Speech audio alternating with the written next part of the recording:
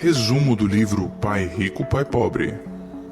Esse é sem dúvidas um dos maiores best-sellers da área de educação financeira pessoal. A obra traz ensinamentos fantásticos que irão mudar a forma como você enxerga o mundo e o dinheiro.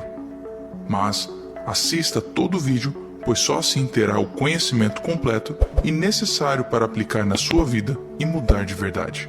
O dinheiro é apenas uma ideia. Se alguém quer ter mais dinheiro, precisa apenas mudar sua forma de pensar.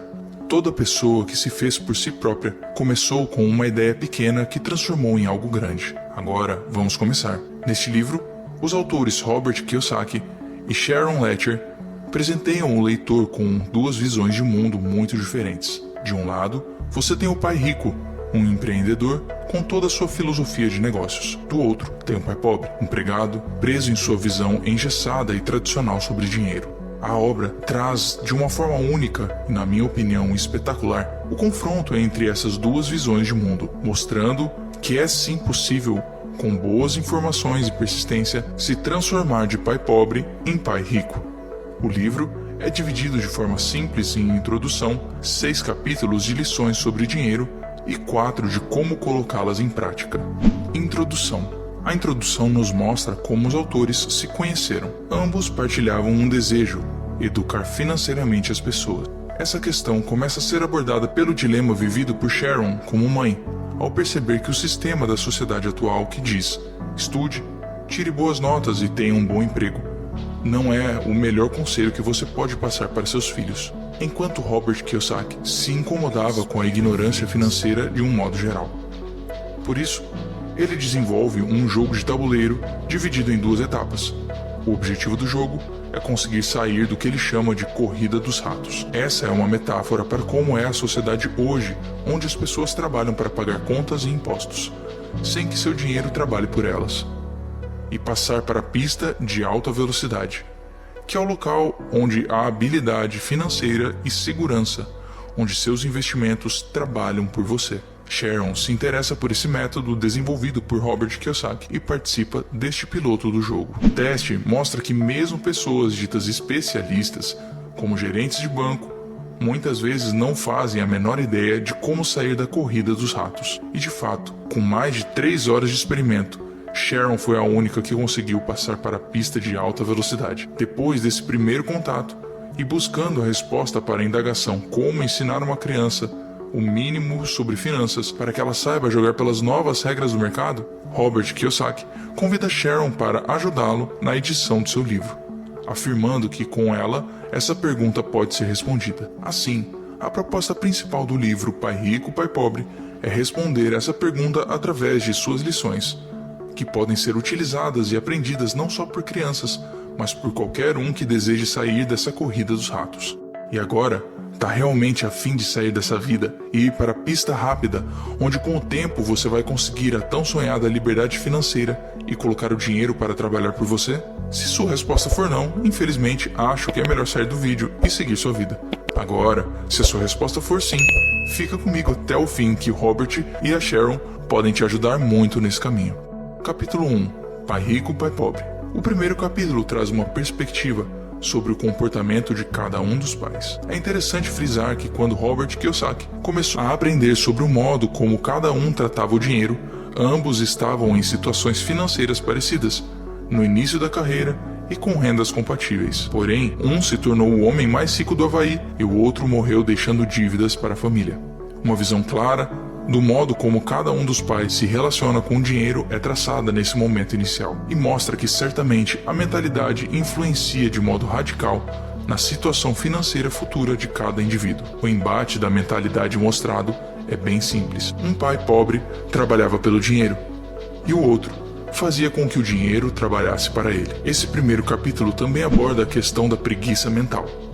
Robert relata, enquanto seu pai pobre tinha diversos títulos acadêmicos e era altamente instruído na hora de pensar sobre dinheiro, ele era preguiçoso e não exercitava suas habilidades financeiras nem as desenvolvia. Ele observou que seu pai pobre era assim não pelo salário que ganhava, que era muito bom, mas por causa de seus pensamentos e ações. Ele percebeu ainda que desenvolver uma mentalidade diferente e se educar financeiramente leva tempo, tanto que dos 9 aos 39 anos, Robert Kiyosaki precisou que seu pai rico continuasse repetindo para ele as mesmas 6 lições que são apresentadas no livro. Por isso, é importante começar a educação financeira no berço e em casa, uma vez que os governos não desejam ensinar esse tipo de coisa nas escolas. Contudo, se a maioria dos pais é ou será pobre porque não tem esse conhecimento, as próximas gerações ficam fadadas ao mesmo caminho.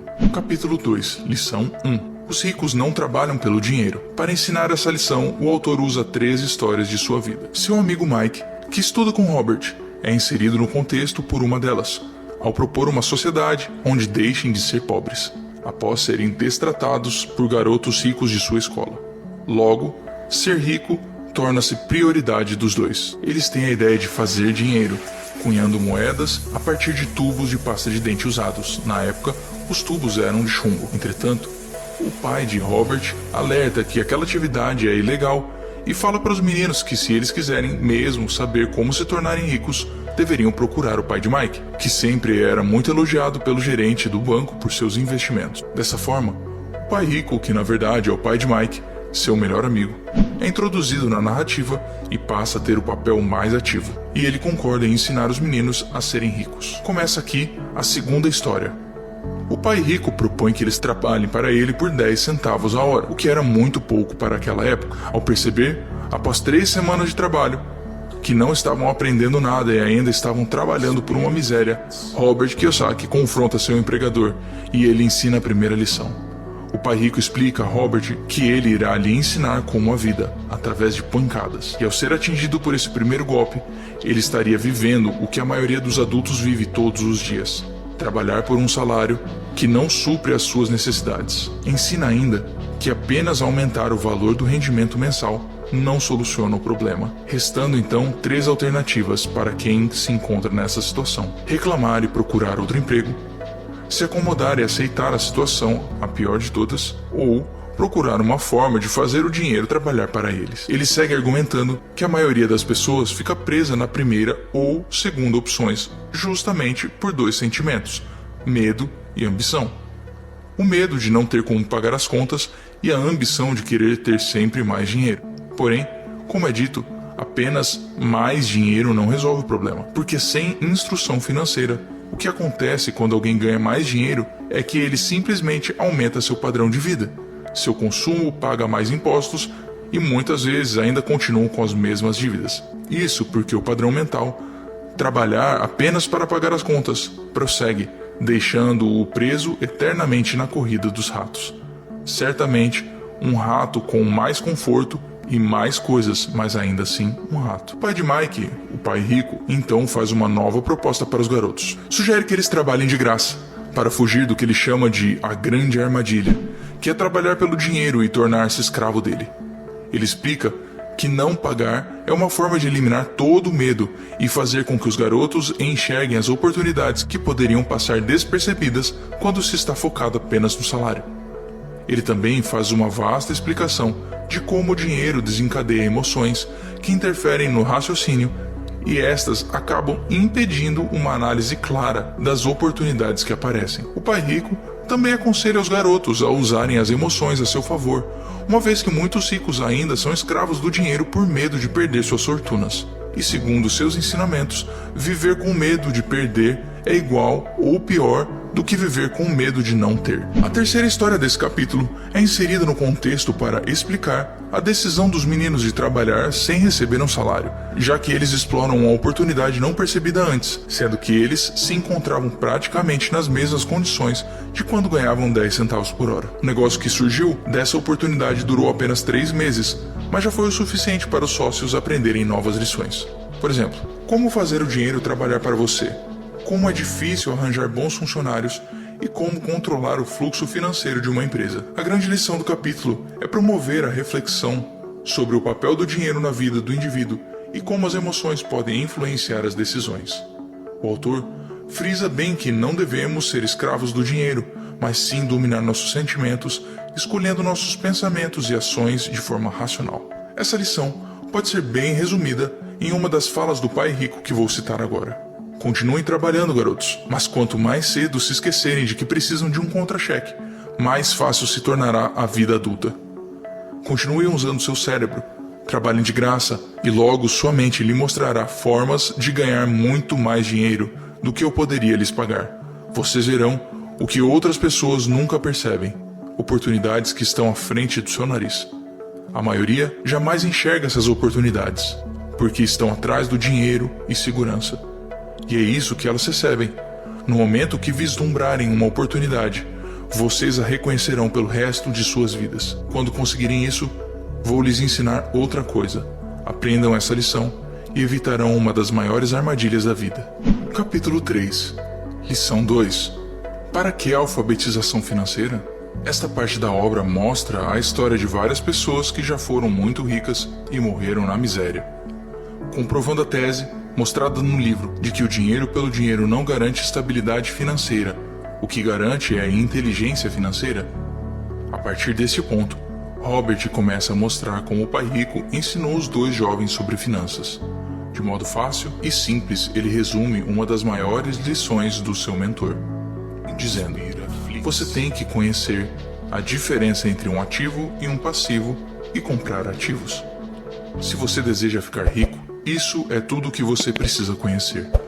O problema é que muitos não sabem a diferença entre ativos e passivos. Ou pior, compram passivos imaginando que eles são ativos. Dessa forma, passam a vida inteira sem saber como é ter dinheiro trabalhando por você. Além disso, Robert Kiyosaki apresenta conceitos bem diferentes dos contábeis para ativos e passivos e bem simples de entender. Ele explica que ativos são aqueles que geram renda para o seu proprietário, já passivos são aqueles que geram despesas. Assim, fica fácil perceber que alguns ativos que acreditamos possuir, casa própria, carro, entre outros, na verdade são passivos para o autor. A definição de ativos e passivos e suas respectivas repercussões financeiras são apresentadas no livro por meio desses dois diagramas. Fluxo de caixa ativo gera renda. Fluxo de caixa passivo gera despesa. Com base neles, fica simples perceber por que o pai rico acreditava que uma casa própria não é um ativo. E o livro ainda explicita mais uma série de motivos como, em geral, trata-se de um bem que nunca é efetivamente seu, uma vez que cada novo financiamento de 30 anos ou mais, levando-se em consideração que o proprietário troque de casa durante sua vida, adquire-se uma nova dívida. O IPTU é uma forma clara de demonstrar que, ao invés de gerar renda, um imóvel gera gasto. O valor de um imóvel nem sempre aumenta tanto quanto os juros pagos no total do financiamento. Por isso, muitas vezes o valor final pago em um financiamento não pode ser recuperado pela venda. A imobilização do capital pode fazer com que oportunidades sejam perdidas, por não ter dinheiro para investir nelas quando surgem. Dessa maneira, a opção de adquirir um imóvel caro demais, em detrimento de começar um portfólio de ativos mais cedo, prejudica o indivíduo em 3 maneiras. Perda de tempo, já que outros ativos poderiam estar registrando ganhos em seu valor no longo prazo. Perda de capital adicional, que poderia ter sido investido em mais ativos ao invés de estar pagando valores de manutenção ligados ao imóvel. Perda na instrução. Para aprender a investir, é preciso fazê-lo. Como os valores pagos nos imóveis são altos, na maioria dos casos, os casais não conseguem ter uma margem para investir. Isso custa a eles experiência em negócios, culminando em nunca se tornarem investidores sofisticados, que é para quem são oferecidas as melhores oportunidades de investimento. No final do capítulo, Robert explica que para sair da corrida dos ratos é necessário investir cada vez mais em ativos, até que a renda deles não só cubra suas despesas, mas seja possível reinvesti-las em outros ativos, aumentando a riqueza. Nesse ponto, a tão sonhada independência financeira não se precisa mais do salário e pode-se viver sem ele. Esse é o conceito de ser rico para o autor. E arremata seu pensamento dizendo: os ricos compram ativos, os pobres só têm despesas. A classe média compra passivos pensando que são ativos. Lição 3. Cuide de seus negócios. Nesta lição, Kiyosaki traz novamente um diagrama para quem cada parte do seu patrimônio trabalha. Nesse diagrama, pode-se ver claramente seu salário, resultante da sua profissão, trabalha para enriquecer o dono do negócio. As despesas ou seus gastos trabalham para o governo, porque se paga impostos nelas. Os passivos trabalham para os bancos, principalmente na forma de juros que você paga nos empréstimos. E o único dinheiro que trabalha para você está em seus ativos. Como essa ideia é bem definida, o autor esclarece que quando ele aconselha a cuidar do seu negócio, ele se refere à formação e à manutenção de uma sólida coluna de ativos. E deixa ainda bem clara a diferença entre negócios e profissão. Seu negócio é aquilo que te gera renda sem que você esteja trabalhando diariamente nele. Sua profissão é seu emprego, onde você vende suas horas em troca de salário. Robert Kiyosaki adverte que não é preciso deixar sua profissão para ter negócio. O mais importante é diminuir seus passivos e despesas, de modo a proporcionar a comprar de seus ativos e o início do seu negócio. Ele ressalta que é de suma importância desenvolver negócios com o que se gosta, atividades que tragam prazer e satisfação. Em seguida, o autor mostra uma lista de ativos que ele sugere que sejam adquiridos, divididos em categorias, quais sejam: 1. Negócios que não exijam sua presença. Seja dono, mas delegue a administração a outras pessoas. Se tiver que trabalhar nele, deixe de ser negócio e passe a ser uma profissão. 2. Ações. 3. Títulos de dívida pública ou privada. 4. Fundos mútuos. 5. Imóveis que geram renda para alugar ou fundos imobiliários. 6. Promissórias. 7. Royalties de propriedade intelectual. 8. Tudo que tenha valor, gere renda e ou se valorize e tenha um mercado líquido. O próprio autor não aconselha que todos abram uma empresa, pois não são todos que têm vocação para tal. No entanto, ele deixa claro que a prioridade para alguém que quer ter estabilidade financeira é trabalhar arduamente em sua coluna de ativos para desenvolver seus negócios. Robert optou por imóveis, já que gosta dessa área e se sente satisfeito em negociá-los e alugá-los. Para finalizar a lição, o autor fala um pouco sobre a aquisição de artigos de luxo. Eles podem ser comprados, mas após seus ativos, e de preferência com a renda gerada por eles. Se for o caso, a sensação será de satisfação pessoal por ter aplicado o seu dinheiro corretamente. De forma que ele trabalhou para você e te presenteou com um carro novo, uma bolsa de grife ou algum outro item de seu interesse. Entretanto, ao comprar um item de luxo sem investir antes em seus ativos, o prazer inicial se transformará em ressentimento, pois ao invés de alegria, te trará uma dívida e mais um passivo inútil gerador de despesa. Capítulo 5. Lição 4. A história dos impostos e o poder da sociedade anônima. Nesse capítulo, ele conta um pouco da história dos impostos e como eles oneram os trabalhadores. Ele também explica como ricos conseguiram driblar a máxima de tire dos ricos e distribua para os pobres, pregada pela lógica dos impostos. É nesse ponto que se inserem as sociedades anônimas e o modo como elas protegem o capital nela investido, além de reduzir o montante dos impostos pagos por uma lógica muito simples que pode ser resumida em: ricos com sociedades anônimas, 1. Ganham, 2. Gastam, 3. Pagam impostos. Pessoas que trabalham para empresas, 1. Ganham, 2. Pagam impostos, 3. Gastam. Como é possível ver as sociedades anônimas primeiro ganham, depois gastam e por último pagam os impostos? Já as pessoas ganham, pagam impostos e só depois gastam. Isso porque o imposto de renda é descontado na fonte antes dos impostos, e isso faz uma enorme diferença. O segundo ponto alto do capítulo é denominado por Kiyosaki como QI financeiro. E o QI financeiro se divide em 4 áreas: contabilidade, investimento, conhecimento de mercado e lei. Ao conhecer a contabilidade, pode-se entender uma situação de uma empresa e analisar de forma clara se é um bom ou mau investimento, além de seus pontos fortes e fracos. Investimento, por outro lado, é, para o autor, a ciência do dinheiro que faz mais dinheiro e mexe diretamente com a criatividade e estratégia de cada um. Conhecimento de mercado representa a necessidade de conhecer os aspectos técnicos dos mercados e os fundamentos de investimento. A lei mostra a importância de conhecer legislação e se beneficiar dela através de vantagens tributárias, proteção dos ativos em processos judiciais. Os ricos controlam tudo, mas não possuem nada. Capítulo 6. Lição 5. Os ricos inventam dinheiro. Ao longo do capítulo, o autor frisa várias vezes que a decisão de se educar financeiramente, desenvolver o QI financeiro e assumir riscos controlados é de cada um. Contudo, ele destaca que o principal motivo para o fazer é ter mais opções, visto que atualmente a riqueza reside principalmente nas informações e na forma como elas são usadas. e para saber o melhor modo de usá-las, nada como uma sólida base de conhecimentos financeiros. O autor conta ainda várias histórias da vida para inspirar os leitores. Ele mostra o caso de uma mulher que, ao jogar Cash Flow, o jogo criado por Robert Kiyosaki e explicado na introdução do livro, se revolta por não se identificar inicialmente nas situações do jogo e achar que está perdendo tempo, pois foi para a palestra para aprender a investir. Kiyosaki traz uma lição fundamental com essa história. Muitas vezes é difícil identificarmos que estamos vivendo uma determinada situação até que se reflita sobre ela.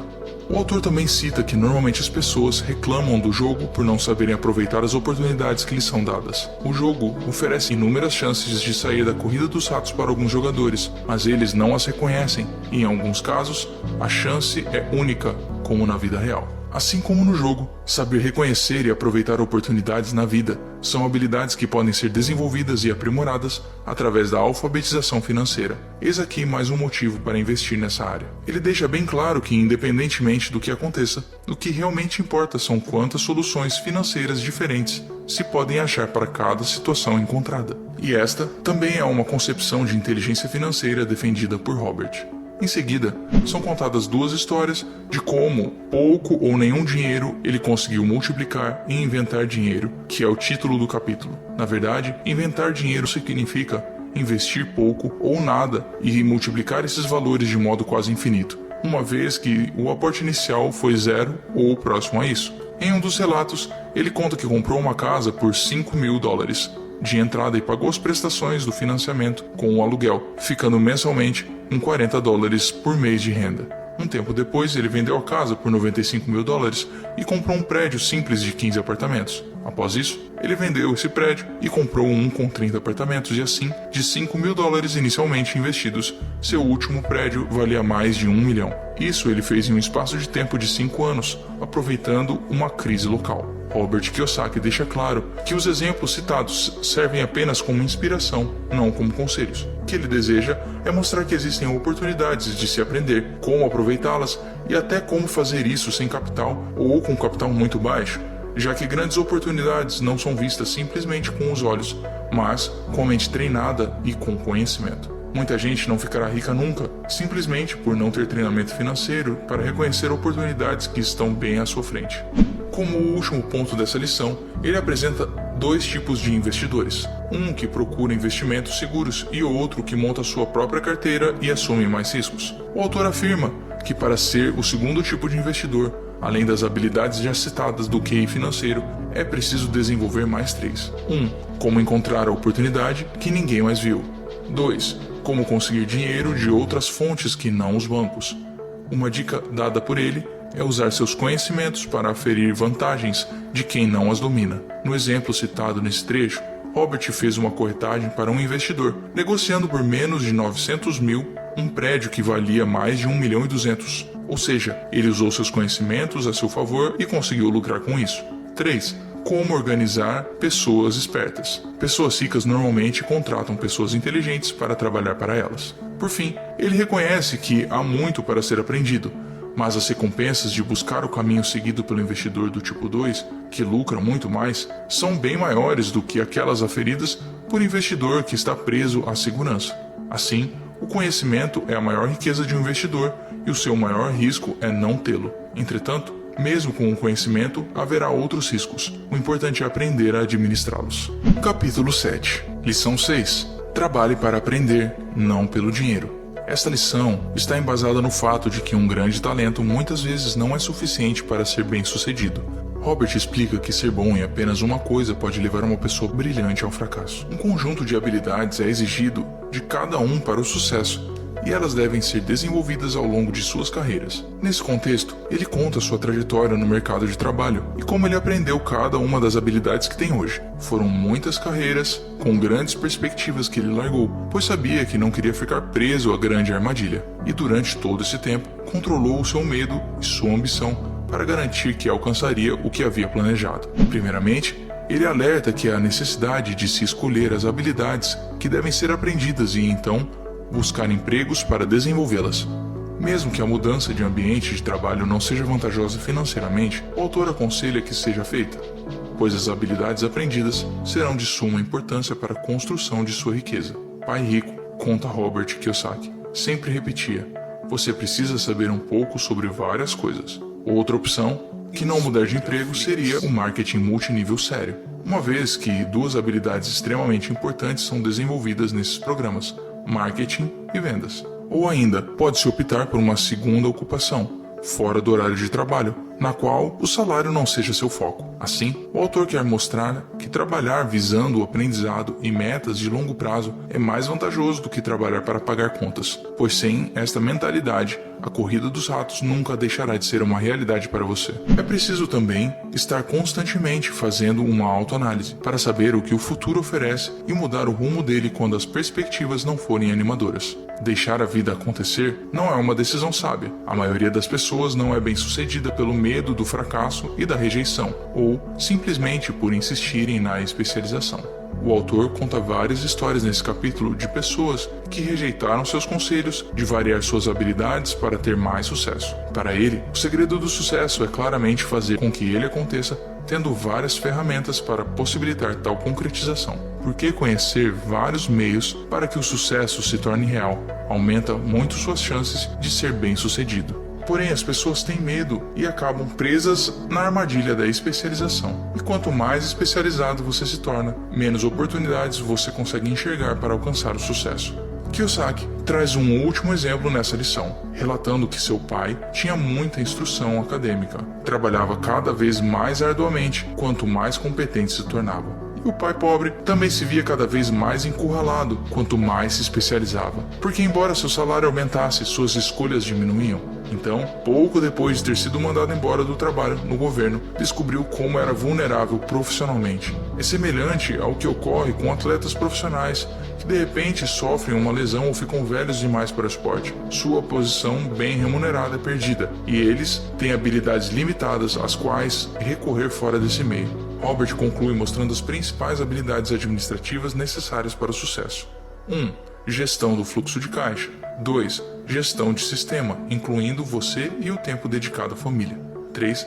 Gestão pessoal. As habilidades especializadas mais importantes são vendas e compreensão da comercialização, e a habilidade de vender, definhada como capacidade de comunicar-se bem com outro ser humano, seja cliente, funcionário, chefe, cônjuge ou outra forma que ele faça o que deseja, é básica para o sucesso pessoal. São habilidades de comunicação, como redigir, falar e negociar, que são cruciais para uma vida de sucesso.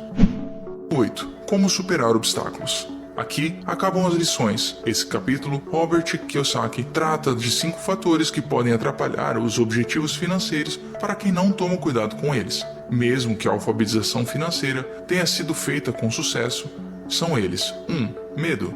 2. Ceticismo. 3. Preguiça. 4. Maus hábitos. 5. Arrogância. O medo, já debatido no livro anteriormente, traz consigo 2 implicações. A primeira, a grande armadilha, que significa trabalhar apenas pelo seu salário. A segunda é a busca incessante por segurança, que pode atrapalhar seu objetivo de ser verdadeiramente rico. Caso o medo seja de fato uma parte maior do que se possa controlar, só existe uma saída: começar cedo, já que investimentos mais seguros rendem menos e demandam mais tempo para retornar quantias consideráveis. Nesse âmbito, o autor conta diversas histórias inspiradoras para estimular o leitor a ver o risco com outros olhos. Ele afirma que não existe rico que nunca perdeu dinheiro, e que ninguém gosta de perder dinheiro, mas o que realmente conta é a postura diante da perda. Quem transforma a perda em motivação para ganhar é um vencedor. Quem transforma em razão para desistir é um fracassado.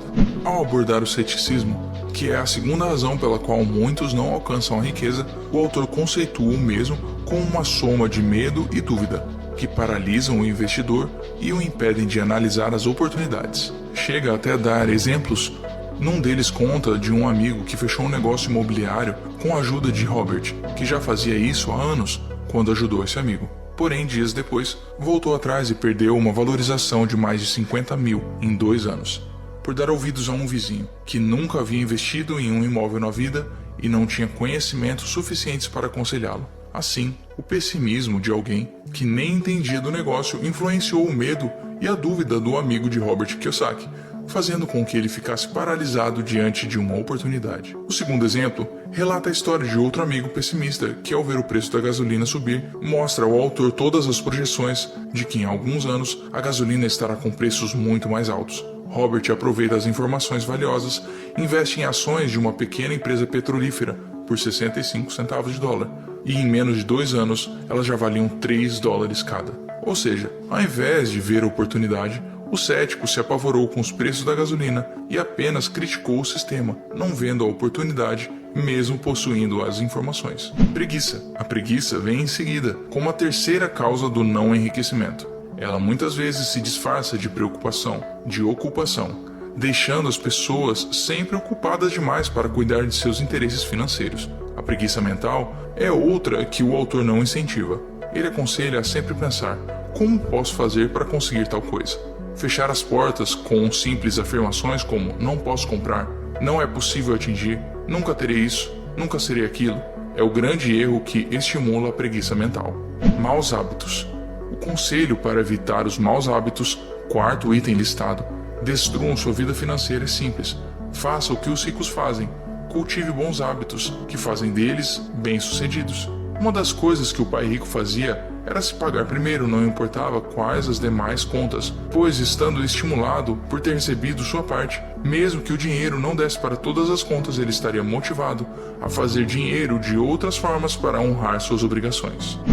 A arrogância, por sua vez, é o ego mais ignorância, ensina o autor. Ter instrução é importante tanto para não ser arrogante, como para descobrir que os outros estão sendo. Ser arrogante implica em perder dinheiro, uma vez que entrar em negociações sem saber ao certo do que se trata aumenta muito o risco para o investidor. Capítulo 9. Em ação. Depois de explanado todo o arcabouço teórico, o capítulo 9 trata de colocar as ideias do livro em prática, como começar a enriquecer, como ter sua sonhada independência financeira. São listados 10 passos para que isso aconteça. 1. Razão. Combinação de quero e não quero. Liste-os e se mantenha firme. Seus motivos para prosseguir devem ser fortes e bem claros. 2. Escolha. Escolha o que fazer com o seu tempo e com o seu dinheiro. É o poder da escolha. Todos têm escolha. Escolha ser rico e faça essa opção a cada dia. Instrução também é uma escolha. Invista em seu ativo mais precioso, sua mente. Leia livros, ouça áudios, assista vídeos e filmes, vá a seminários, domine os assuntos de seu interesse e aprimore suas habilidades para seus negócios. 3. Amigos. Cerque-se de pessoas que, assim como você, gostem de discutir dinheiro. Escolha bem suas companhias. Os amigos queridos que são pessimistas ou não se enquadram no seu perfil não precisam ser isolados. Apenas tome cuidado para não dar ouvidos às suas críticas e análises tortas. 4. Aprendizado rápido. No mundo atual de rápidas mudanças, a questão não é tanto o que se sabe, porque com frequência o que se sabe já está ultrapassado. É a rapidez com que se aprende e se atualiza. Pague a si mesmo primeiro. Essa importante regra exige algo extremamente importante para o sucesso nas finanças: autodisciplina. Esta é uma habilidade que deve ser desenvolvida se seu objetivo for ser rico. Existem ainda 2 conselhos valiosos destacados nesse ponto. Primeiro, não se endivide demais. Mantenha as suas despesas reduzidas e forme seus ativos primeiro. Em segundo lugar, quando estiver apertado de dinheiro, não se afobe. Não gaste suas poupanças ou investimentos. Use a pressão para inspirar o seu gênio financeiro e descobrir novas formas de ganhar dinheiro e então pague suas contas. Você terá aumentado sua habilidade de ganhar mais dinheiro, bem como sua inteligência financeira. 6. Pague bem seus assessores. Para ter os melhores profissionais trabalhando para si, é necessário remunerá-los bem, uma vez que a lógica é bem simples. Quanto mais eles ganham, mais se pode ganhar com seus serviços. 7. Seja um doador índio. Este é o poder para obter alguma coisa a troco de nada. Quando os primeiros colonizadores brancos chegaram aos Estados Unidos, eles ficaram espantados com a prática cultural de alguns índios americanos. Por exemplo, se um colono estava com frio, o índio lhe dava um cobertor. Achando que fosse um presente, o colono frequentemente ficava ofendido quando o índio pedia de volta. No mundo da coluna de ativos, é vital para a riqueza ser um doador índio, já que a primeira pergunta do investidor sofisticado é: com que rapidez posso ter meu dinheiro de volta? Ele também quer saber o que poderá obter de graça, ou o que se chama de uma participação nos lucros. É por isso que o retorno sobre o investimento é tão importante. 8. Ativos compram supérfluos. Compre supérfluos apenas com a renda proveniente de seus investimentos. Deixe que seu dinheiro trabalhe para pagá-los e não você. 9. Imite seus heróis. Heróis podem fazer mais do que simplesmente fornecer inspiração. Eles mostram que é possível fazer. 10. Ensinar e receber. Quando se trata de dinheiro, amor, felicidade, vendas e contatos, tudo o que se precisa lembrar é doar primeiramente o que se deseja e isso retornará aos montes para nós.